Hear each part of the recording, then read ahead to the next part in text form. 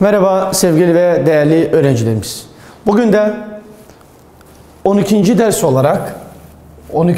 olarak 9. sınıf Türkçe dersiyle beraberiz. Biz önceki derste 7. etkinlik sayfa 234, 235, 236, 237 sayfalarındaki bulunan testleri, soruları çözdük. Yani 11 tanesini çözdük. Şimdi 12, 13, 14, 15, 16, 17, 18, 19, 20. test sorularını çözeceğiz. Burada ne diyor? 12. Küçük yaşlarda bir ailesini, bak virgüle dikkat edelim. Virgül olduğu takdirde hemen neye? Hangi konuya? Diyebilgisine dayalı bozukluklara, çeşitlerine gitmemiz lazım. Bir ailesinin bu alandaki yeteneğini fark edip kardeşini iki numaralı desteklenmesiyle 3 resim yapmaya başlamış. Zamanla bu uğraştan çok keyif almış ve 4 bir daha bırakmamıştı. Burada sayılar, numaralar var. Ne diyor bakalım? Bu cümlede görülen anlatım bozukluğu numaralandırılmış yerlerden hangisine belirtili nesne tümleci getirilerek giderilebilir? Burada bir anlatım bozukluğu var, hatası var. Hangisinde? A1, B2, C3, D4. Bakalım. Ne diyor mesela? Küçük yaşlarda bir ailesinin bu alandaki yeteneğine, küçük yaşlarda nereye? Belirtili nesne. Bak, küçük yaşlarda bir ailesinin bu alandaki yeteneğini fark edip kendisini 2 desteklemesiyle bir başka ne? Burada ne getirmemiz lazım? Hangisine belirtili nesne? Buraya bir numaraya belirtili nesne ne getirebiliriz? Küçük yaşlarda getiremeyiz. İkinci kendisini belli, kendisi. Bak burada belli. Desteklemesiyle 3. Resim yapmaya başlamış. Bu uğraştan çok keyif almış ve 4 bir daha bırakmamıştır. Soralım. Neyi bırakmamıştır? Ben belirtili nesneyi bulmamız için yüklemene soruyoruz. Neyi bırakmamıştır? Neyi bırakmamıştır burada? Neyi bırakmamıştır? Dediğimiz takdirde bir cevap alıyor muyuz? Hayır, alamıyoruz. O zaman nereye getirmemiz lazım? Bak, neyi bırakmamıştır? Ve mesela ne diyor? Ve bir daha bırakmamıştır. Ne bırakmamıştır? Resim yapmayı. Bak, neyi bırakmamıştır? Resim yapmayı bırakmamıştır. Dediğimiz zaman o zaman belirtili nesne nereye getirmemiz lazım? 4 numaraya getirmemiz lazım. 4 numara burada nerede? D şıkkı doğru. Yani 12. sorunun doğru cevabı D. 13'e bakalım. 1. Hemen 100 kadar koyunu vardı ahırda. 2. Öğrencilerimin disiplinliydi. Notları da çok yüksekti. 3. Şöyle böyle tam 3 aydır kursa devam ediyorum. Böyle bir 3 tane cümle var. Yukarıdaki cümlelerde A. Anlam çelişen kelimelerin bir arada kullanımı. Nerede anlatım bozukluğu var burada? B. Tamlayan eksikliği. C. Gereksiz kelime kullanımı. D. Özne yüklem uyumsuzluğu. Bak, hemen baktığımızda cümleye, 3 cümleye de baktığımızda hemen görüyoruz. Bak ne diyor? Hemen 100 kadar. Bak, 100 kadar.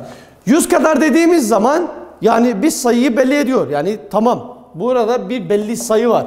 Ama ne diyor burada? Yaklaşık hemen.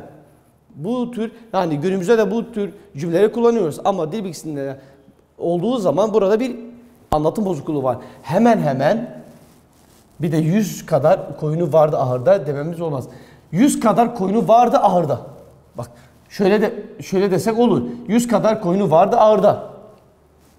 Şöyle diyebiliriz. 2. Öğrencilerim disiplinliydi. Notları da çok yüksekti. Öğrencilerime diyor disiplinli. Burada da notları çok yüksek. Disiplinliydi yani. Yüksek arasında ne var? Bir çelişki var. Burada bir yanlış çelişme vardı. Disiplinli de notları yüksek, yanlış. 3. Şöyle böyle.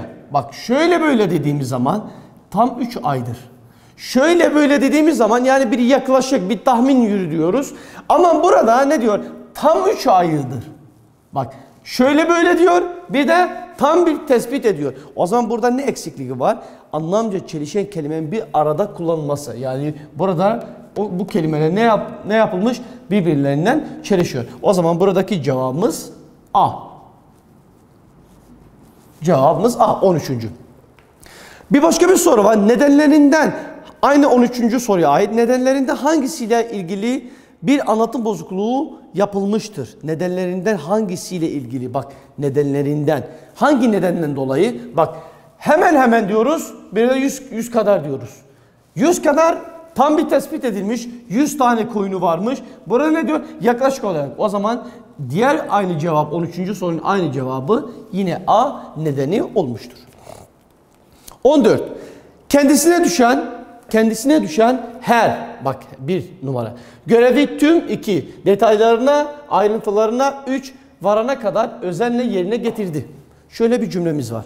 Yukarıdaki numaralandırılmış kelimelerden hangisinin atılması anlamda daralma neden olmaz. Anlamda daralma olmaz, bozukluk olmaz. Kendisine düşen, bak şunu atsak, ya şunu atsak, şunu ya da şunu. 1, 2, 3, 4. 4 tane sözcük var. Onları hangisini atsak anlamda daralma olmaz. Ne diyebiliriz? Bak. Burada ne diyor? Buradaki her görevi tüm detaylarına, ayrıntılarına. Detaylarına bir de ayrıntılarına aynı eş anlamlı kelimeler. Aynı şeyi ifade ediyorlar. Aynı şeyi ifade ediyor. O zaman biz 3 numarayı attığımız zaman ne kendisine düşen her görevi tüm detaylarına varana kadar özenle yerine getirdi. Şöyle desek doğru mu? Evet. Buradaki bu ayrıntılarını kaldırırsak olur. Çünkü detaylarına, ayrıntılarına aynı anlam taşıyor. Aynı eş anlamı taşıyor. Aynı eş anlamı olduğu için yani burada kaç numarayı kaldırdık? 3 numaraya. 3 numarayı kaldırdığımız zaman yani cevabımız C oluyor. 15. A. Kardeşimin Türkçe benim matematik sınavım iyi geçti cümlesi. B. Kardeşim de ben de ders çalışıyorduk cümlesi. C. Kardeşim müziğe bense heykele yatkındım. D. Kardeşim ders çalışıyorken ben müzik dinliyordum cümleleri.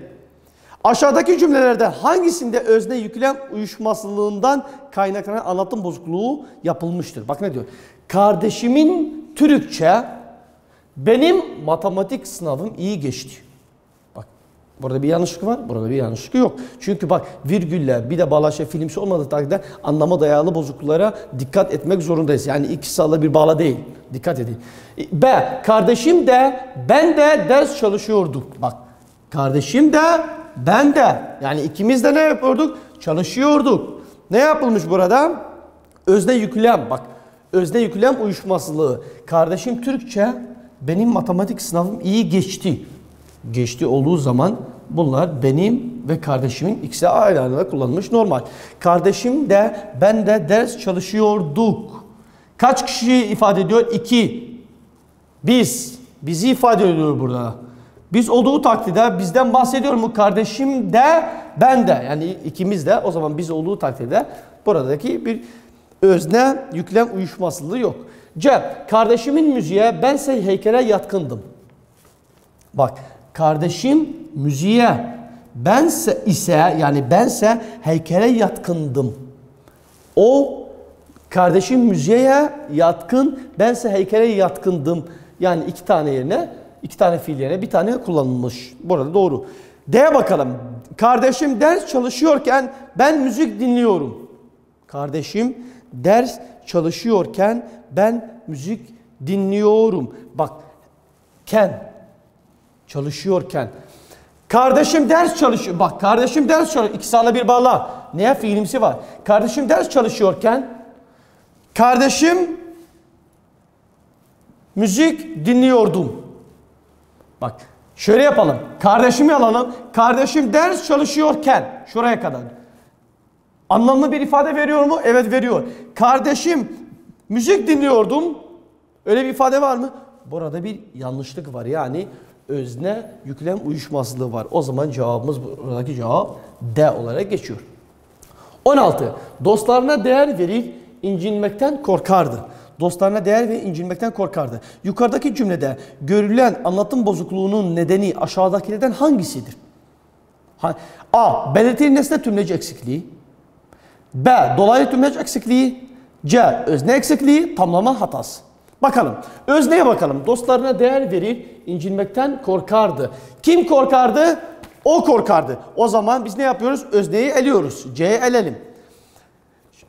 Şöyle bakalım. Tamlama hatası. Dostlarına değer verir, incinmekten korkardı. Dolaylı tümleç. Dostlarına değer verir, incinmekten. Neden korkardı? İncinmekten. O zaman neydi? Dolaylı tümleci eksikliğine giderdik. Geldi bize kalan iki tane şık var. Belirtili nesne tümleci eksikliği, bir de tamlama hatası. Bir şuraya bakalım. Belirtili nesne tümleci eksikliği. Dostlarına değer verir, incinmekten korkardı. Şuraya dikkat. Dostlarına değer verir. Çünkü fiilimsi ya da bağlaç olduğu zaman ikisi ala bir bağla. Dostlarına değer verir. Bir de mesela dostlarına incinmekten korkardı. Bak, dostlarına korkardı. Dostlarına incinmekten korkardı. Bu tür yanlışlık vardır. Bak, dostlarına değer verir, tamam. Dostlarına korkardı ya da dostlarına incinmekten korkardı. Nasıl korkardı? Dostlarına korkardı. Burada bir yanlışlık var. O zaman gidermek için ne yapmamız lazım? Dostlarına değer verir. Dostlarına değer verir. Bak, virgülden sonra onları incinmekten korkardır. Neden korkardı burada? Kimlerden? Onları incinmekten. Onları. Hani dedik ya, burada belirtili nesne. Bizde ne var? Mesela I, U, Ü diye geçiyor mesela onlar. Ekleri, isim hal ekleri ya da belirtme eklerinden. Yani belirtili nesneyi bulmak için ne yapmamız lazım? Belirtili isim hal eklerinden dikkat edelim. Burada belirtili nesne var mı? Onları incinmekten korkardı. Cümlenin doğrusu şu şekilde. O zaman burada ne eksikliği var? Nasıl giderilir? Onları ile giderilir. Sorunun cevabı olarak A. 17. Bu şekilde davranmak sana ne zarar ne yarar sağlar. Şöyle bir cümle vermiş. Bu şekilde davranmak sana ne yarar ne zarar ne yarar sağlar. Yukarıdaki cümlenin dil ve anlatım yönünden doğru şekil aşağıdakilerden hangisinde verilmiştir? Doğru şekli. Bak, bu yanlış şekli. Doğru şekli 4 tane seçenek var. O 4 taneden birisi doğru. A. Bu şekilde davranmak sana ne zarar ne yarar sağlamaz. B. Bu şekilde davranmak sana ne zarar verir ne yarar sağlar. C. Bu şekilde davranmak sana yarar da zarar da sağlamaz. Bu şekilde davranmak sana hem yarar hem zarar sağlar diye geçiyor. Bu şekilde bunun doğrusunu yazsak şu şekilde yazarız. Bu şekilde davranmak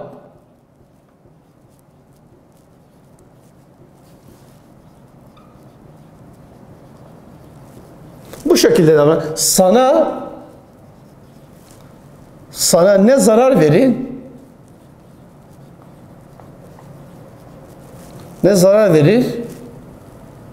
ne yarar sağlar. Bak, ne dikkat edelim şurada. Bize şey dememize gerek yok. Ne zarar verir ne, bak bu şekilde davranmak sana yarar da zarar da sağlamaz. Ya da bu şekilde davranmak sana hem yarar hem zarar sağlar. Hem diye gerek yok onları cümleyi değiştirmemize. Ne olarak cümle, o zaman cevabımız şuradaki 17. cevabımız B olarak geçiyor. 18. Kitap kapağındaki bu resim pek çok tartışmadan sonra Picasso'ya ait olduğunu kesinleşti. Kitap kapağındaki bu resim pek çok tartışmadan sonra Picasso'ya ait olduğunu kesinleşti. Şöyle bir cümlemiz var. Bu cümlede anlatım bozukluğunun sebebi aşağıdakilerden hangisidir? A. Kelimenin yanlış kullanılması. Hemen şöyle bakalım. Virgül ya da fiilimsi bağlaçlar var mı burada? Olmadığı takdirde DBX'ine dayalı bozuklukları bırakıp anlama dayalı bozukluklara gelmek zorundayız. Oradan bulacağız. A. Kelimenin yanlış anlamda kullanılması. B. Tamlayan ekinin eksikliği. Bak, tamlayan ekinin eksikliği. Bu arada bir virgül falan olmadığı takdirde hemen B'ye eliyoruz biz. C. Gereksiz kelime kullanımı. D. Anlam belirsizliği. Anlam belirsizliği diye eledik. Kaldı bize iki tane şık. Kelime yanlış anlamda kullanılması, gereksiz kelime kullanımı.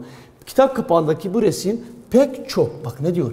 Pek bir de çok. Yani pek çok ne yapmış burada? Gereksiz yere kullanılmış. Kitap kapağındaki bu resim çok tartışmadan sonra Picasso'ya ait olduğunu kesinleşti. Kitap kapağındaki bu resim pek tartışmadan sonra Picasso'ya ait olduğunu kesinleşti. Bu tür cümleleri günümüzde kullanıyoruz ama yanlış olduğunu bilmemiz gerekir. O zaman cevap olarak C. Niye? Gereksiz kelime kullanılmış. Daha fazla kelime kullanılmış gereksiz yere. Gelelim 19. Aşağıdaki cümlelerden yazmadım oraya. Aşağıdaki cümlelerde hangisine anlamın nitelik kazanması için kişi zamiri eklemelidir? Kişi zamiri eklemeliyiz. Yani kişi zamiri eklemeliyiz. A. Sözlerinin beni bu kadar incittiğini ona da anlattım. B. Ormanın huzuru denizin neşesinden daha üstündür bence. C. Ninem ailemizin en büyüğüydü. Hepimiz onu sahip severdik. D. Deniz kıyısındaki bazı kulübelerde balıkçılar yaşıyordu. Hangisinde kişi zamiri? Bak ne diyor? Sözlerinin beni bu kadar incittiğini ona da anlattım. Kişi zamiri. Sözlerinin kimin? Mesela şöyle cümleyi yazayım ben.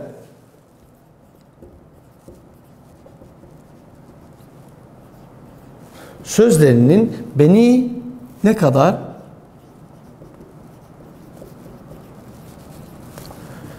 incittiğini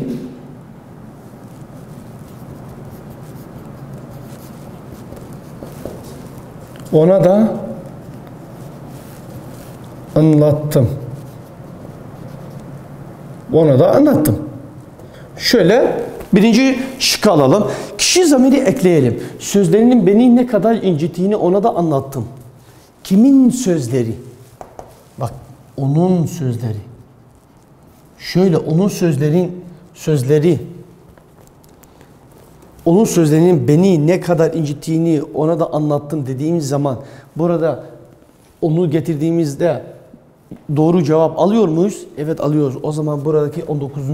sorunun cevabı olarak A. Kişi zamiri getirip öyle teker teker cümleyi yaptığımız zaman hangisi alıyor? Sadece onun sözlerinin beni ne kadar incittiğini ona da anlattım. Mesela ormanın huzuru denizin neşesinden daha üstündür bence. Burada kişi zamiri getiremeyiz. Ninem ailemizin en büyüğüydü. Hepimiz onu sahip severdik. Kimi severdik? Ninem ailemizin en büyüğüydü. Hepimiz onu severdik. Bak onu var orada. Deniz kıyısındaki bazı kulübelerde balıkçılar yaşıyordu. Kimler yaşıyorlardı? Balıkçılar yaşıyorlardı. 20. en son soruya gelelim. Çam ağacının dallarındaki kuşlar virgül. Hemen virgül gördüğümüz zaman ne yapıyorduk? İki sağla bir bağlaya yöntemiyle yapıyorduk. Yuvalarına önce çöp taşıyor. Sonra da sağlamlaştırmak için çöpleri birbirinin içinden geçirerek adeta örüyorlardı. Yani birbirine bağlıyorlardı. Burada ne var? Çam ağacın dallarındaki kuşlar. Bak kuşlara dikkat edelim. Bak virgül şurada. Virgül şurada. Kuşlara dikkat edelim. Kuşlar bir hayvan. Kuşlar hayvan olduğu takdirde ne yapmamız lazım? Burada çam ağacının dallarındaki kuşlar yuvalarını önce çöp taşıyor. Sonra da sağlamlaştırmak için çöpleri birbirinin içinden geçirerek adeta örüyorlardı. Kimler örüyordu? Mesela yüklem burada. Kimler? Şurada özne. Kimler örüyordu? Çam ağacının dallarındaki kuşlar. Kuşlar burada nedir? Kuşlar burada çoğuldur. Burada kuşlar çoğuldur. Örüyordu nedir? Aynı çoğul.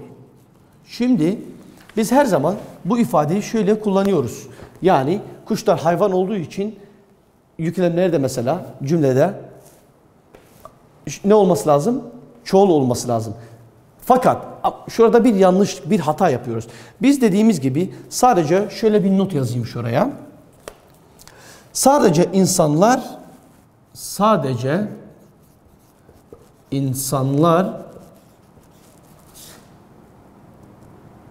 özne ve yüklem çoğul şeklinde kullanılır Bak sadece insanlar, şöyle yazayım. İnsanlar için özne ve yüklem. Özne çoğul olduğu takdirde yüklemde ne olması lazım? Çoğul olması lazım. Ama şurada nedir? Hayvanlar için, ama hayvanlar için özne çoğul olursa yüklem tekil olması lazım. Şöyle anlayalım, bakın arkadaşlar. Eğer cümlemiz bir insandan bahsediyorsa, insan, bir isim, herhangi bir şeyden bahsediyorsa, insan olduğu takdirde özne çoğul ise yüklemi de çoğul olması lazım. Ama burada eğer bir hayvandan bahsediyorsa, çünkü hayvanlar çoğul olduğu takdirde yüklemi çoğul olamaz. Bak kuşta bunu her zaman biz kullanıyoruz yani günümüzde. Ama burada bir anlatım bozukluğu vardı. Çam ağacının dallarındaki kuşlar yuvalarına iki sefer yazdım. Önce çöp taşıyor, sonra da sağlamlaştırmak için çöpleri birbirinin içinden geçirerek adeta örüyorlardı. Şu kuşlar dediğimiz takdirde şu yanlış. Ne dememiz lazım? Örüyordu.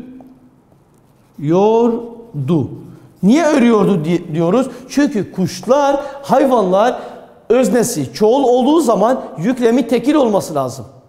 Yüklemi tekil olması lazım. Ama hayvanlar için özne çoğul olursa yüklem tekil olması lazım. Şu şekilde test sorularının sonuna geldik. Umarım sizler de hepsini anlamışsınızdır. Sizler de evde bu anlattığımız gibi anlatım bozuklukları, diğer konularda gibi özellikle anlatım bozukluklarındaki bulunan test sorularını kitabı açıp teker teker anlama dayalı ya da dil bilgisine dayalı, hangisine dayalı anlatım bozukluğu olduğunu şöyle çözüp hemen işaretleyin.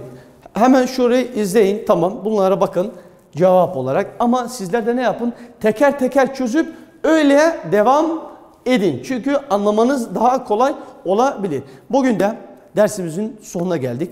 Türkçe dersi 12. ders olarak, 9. sınıf Türkçe dersi olarak, dil bilgisi hem de edebiyat olarak dersimizin sonuna geldik. Kitabın sonuna geldik. Konuları teker teker aldık ve bitirdik. Herkese buradan başarılar, sağlık, huzur ve mutlu dolu bir yaşam temennisiyle herkese üstün başarılar dilerim. Çok sevgili ve değerli öğrencilerim. Çok sağ olun, var olun.